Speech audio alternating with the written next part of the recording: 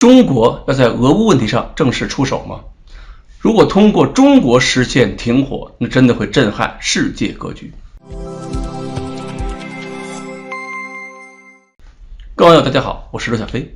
在沙特和伊朗两国在北京进行了最终会谈，和中国一起发布联合声明，宣布实现两国关系正常化之后，与此相关的一些国家和组织呢，也纷纷的做出了响应。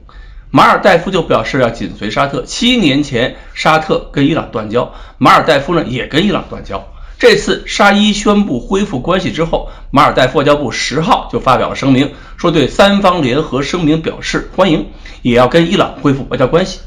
在伊朗支持下跟沙特打得死去活来的那个胡塞武装也宣布对联合声明表示欢迎，大家都是一家人嘛。那有人会说以色列会不会紧张了？而从中国外交部这几天对以色列的礼仪性访问来看，我们还会继续安抚以色列。美国方面也有表态，他们说缓解紧张局势都是好的嘛，这都是我美国的成绩，要不是我平时欺负伊朗那么狠，伊朗怎么能下决心呢？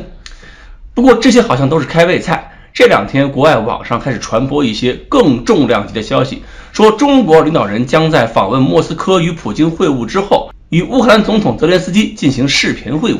这是俄乌战争爆发以来中国乌克兰两国领导人的第一次直接会晤，所以现在大家都在想，这是中国要开始真正下场，在俄乌之间展开穿梭外交和斡旋了吗？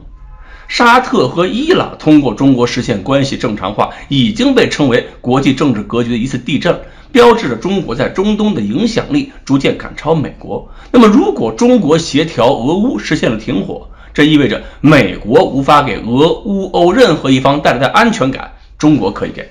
美国外交的3大核心，欧洲、中东和亚太，都要被我们先后拆台。那么这件事突然不突然呢？其实我觉得一点都不突然，应该算是过去半年一系列变化以及各方反应和对策积累起来形成的一定的条件和时机。前几天在节目里我也说过，中国发表在俄问题上的立场的正式文件，就是说给俄罗斯、乌克兰还有欧洲国家等各方听的，表示中国不会抛弃俄罗斯，不会损害乌克兰领土主权。欧美方面当时还不满意，说中国如果坚持联合国宪章，为什么不要求俄罗斯撤军呢？其实我们的文件内容并不是任何一种停火方案，就是一个立场。而且我们当时如果要俄罗斯撤军，俄罗斯根本也不会听啊，不仅没有任何作用，反而会让我们左右不是人的。因为如果要中国在俄问题上发挥重要作用，首先各方面要能够接受中国的身份，这就需要我们在各方之间保持一个真正的中立和平衡。其实过去半年里边，我好几次在节目里边提到，从去年9月开始，中国外交部的声音就已经发生了变化了，不再重点强调北约东扩，而是说跟北约发展良好合作关系，强调中俄亲密关系的时候，也强调乌克兰是中国的战略伙伴。我们在努力抨击美国的时候，重点加强了跟德国、法国以及欧盟的互动，这些都是铺垫。如果我们倾向于任何一方，都会让我们处在一个不利的地位。比如说我们彻底倒向俄罗斯一边，那么和很多国家的关系也不好维持。比如巴基斯坦跟中国关系非常友好，同时巴基斯坦还支持了乌克兰嘛。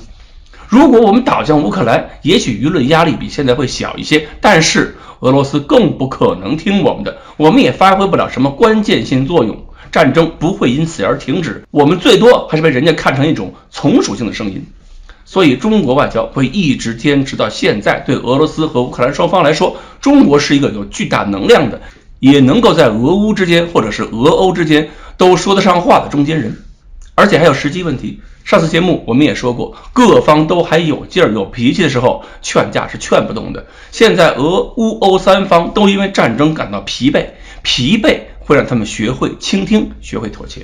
这个时候我们再出手才能够达到目的。当然中国领导人是不是真的要和俄乌双方领导人分别会晤，发挥一个调解性的作用，我们还要看中国政府的正式公告。而且我估计更有可能的是，我们跟俄方会晤之后，就算是跟乌克兰方面再有会晤，也是通过电视方式向乌方转达中俄会谈的情况，不太可能通过一次外交活动立刻促成双方停战。但是这种穿梭外交活动本身又是进一步加深了表达中国的中立立场，也是为以后体现更大的作用做一轮新的更好的铺垫。